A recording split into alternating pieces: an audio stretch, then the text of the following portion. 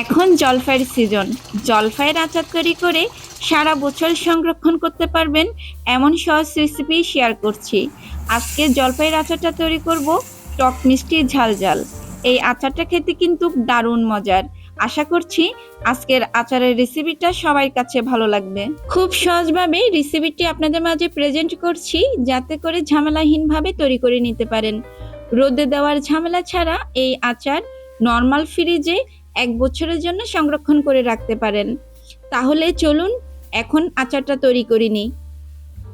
আজকের আচার তৈরি করার জন্য আমি এখানে 500 গ্রাম জলপাই নিয়েছি।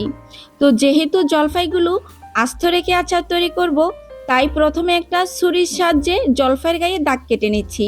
আমি জলপাইয়ের গায়ে 4 থেকে 5টার মতো দাগ কেটে নিয়েছি, আর আগে থেকে ধুয়ে খুব ভালো করে পরিষ্কার করে নিয়েছি। সবগুলি জলপাই দাগ কেটে নিয়েছি। এখানে আমি 1/3 ফুট কাপের মতো সরষের দানা নিয়েছি, আর এগুলো খুব ভালো করে ধুয়ে পরিষ্কার করে নিয়েছি। এবার ব্লেন্ডারের সাহায্যে পেস্ট করে নিব। চাইলে পাটায় বেটেও নেওয়া যাবে। সরষের দানার সাথে 3 কোষ রসুন দিয়ে দিচ্ছি। এবার খুব ভালোভাবে পেস্ট করে নিব। তারপর চুলে একটা পাতিলে পর্যাপ্ত পরিমাণ পানি ফুটিয়ে নিয়েছি, আর ফুটানো পানির উপর দিয়ে দিচ্ছি 1 চা চামচ লবণ। সেই সাথে দিয়ে দিচ্ছি 1/2 চা চামচ হলুদের গুঁড়ি। পানিটা যখন খুব ভালোভাবে ফুটে গেছে, এই পর্যায়ে হচ্ছে জলপাইগুলো দিয়ে 2-3 মিনিটের মতো সিদ্ধ করে নেব। জলপাইটা সিদ্ধ হয়ে গেছে। এখন একটা স্ট্যানারে ঢেলে পানি ঝরিয়ে নেব। চুলায় একটা প্যানে দিয়ে দিচ্ছি 1 কাপ সরষের তেল। তেলটা গরম হয়ে যাওয়ার পর 2 টেবিল চামচ রসুন কুচি আর আস্ত শুকনো মরিচ 4-5টা দিয়ে দিচ্ছি। 3টা এলাচ আর 2টা তেজপাতা দিচ্ছি। সেই সাথে দিয়ে দিচ্ছি 2 টেবিল চামচ পাঁচফোড়ন। এবার সবকিছু কিছু সময়ের জন্য ভেজে নিচ্ছি, যাতে করে পাঁচফোড়নের ফ্লেভারটা বের হয়ে আসে। 2 মিনিটের মতো ভেজে নিয়েছি, আর অবশ্যই চুলার আঁচটা মিডিয়াম করে রাখতে হবে। পাঁচফোড়ন থেকে খুব চমৎকার একটা ফ্লেভার বের হয়ে এসেছে। এখন দিয়ে দিচ্ছি আগে থেকে যে সরষের দানাটা পেস্ট করে রেখেছিলাম সেটা। এই সরষে বাটার কারণে আচারটা খেতে কিন্তু ভীষণ ভালো লাগে। যে কোনো আচারে সরষে বাটা দিলে আচারের টেস্ট কিন্তু অনেক বেড়ে যায়। সরষে বাটা দেওয়ার পর আবারও 2 মিনিট ভেজে নিচ্ছি। সবকিছু মিলিয়ে খুব সুন্দর একটা ফ্লেভার বের হয়ে এসেছে। তারপরে দিয়ে দিচ্ছি 1 টেবিল চামচ শুকনো লাল মরিচের গুঁড়ি, আর দিয়ে দিচ্ছি স্বাদ মতো লবণ। সরষে পেস্ট করা জার ধুয়ে 1/2 কাপের মতো পানি দিচ্ছি, আর মশলাটা খুব ভালো করে কষিয়ে নিব।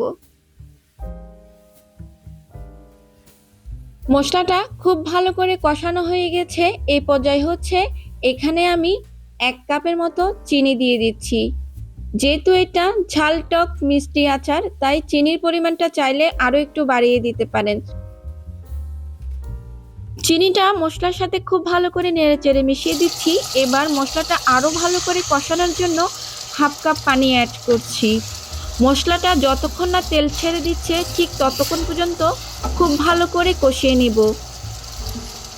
এই পর্যায়ে চুলার হিট মিডিয়াম টু লো করে আমি প্রায় 10 মিনিটের মতো মশলাটা কষিয়ে নিয়েছি।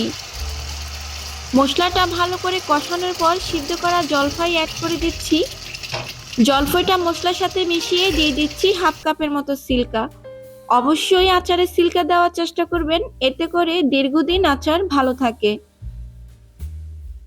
এবার জলপাইটাকে জাল করতে থাকবো যতক্ষণ না মশলাটা জলপাইয়ের গায়ে গায়ে লেগে না যাবে। আমি একেবারে পানিটা শুকিয়ে ফেলবো। উপরে যখন তেলটা ভেসে উঠবে, ঠিক সে পর্যায়ে চুলাটা বন্ধ করে দিব। আমি পুরা রান্নাটাই করেছি চুলার হিট মিডিয়াম টু লো করে। এই আচারটা ঝাল টক মিষ্টি হওয়ার কারণে খেতে কিন্তু ভীষণ ভালো লাগে। আপনারাও বাসায় ট্রাই করবেন। আশা করছি আপনাদের কাছেও ভালো লাগবে।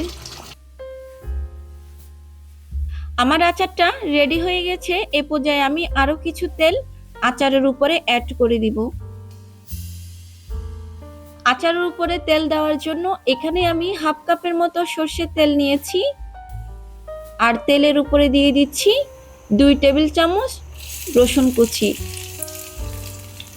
রসুন কুচিটা হালকা বাদামি রং করে ভেজে নিচ্ছি।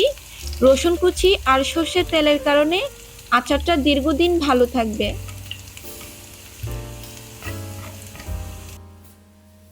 রসুনটা ভাজা হয়ে গেছে, এখন আচারের উপরে দিয়ে দিব। দেখতেই পাচ্ছেন আচারটা দেখতে কতটা ভালো লাগছে, আর খুব চমৎকার একটা ফ্লেভার এসেছে। অনেক কম সময়ে আর ঘরোয়া মশলায় খুবই চমৎকার একটা আচারের রেসিপি আপনাদের সাথে শেয়ার করেছি। আশা করছি রেসিপিটি আপনাদের ভালো লাগবে। আর এভাবে কৌটায় ভরে নর্মাল তাপমাত্রায় অথবা ফ্রিজে দীর্ঘদিন সংরক্ষণ করে রাখতে পারেন। আজকের মতো এখানেই বিদায় নিচ্ছি। দেখা হবে নতুন কোনো ভিডিওতে। সে অবধি সবাই ভালো থাকবেন, সুস্থ থাকবেন। আল্লাহ হাফেজ।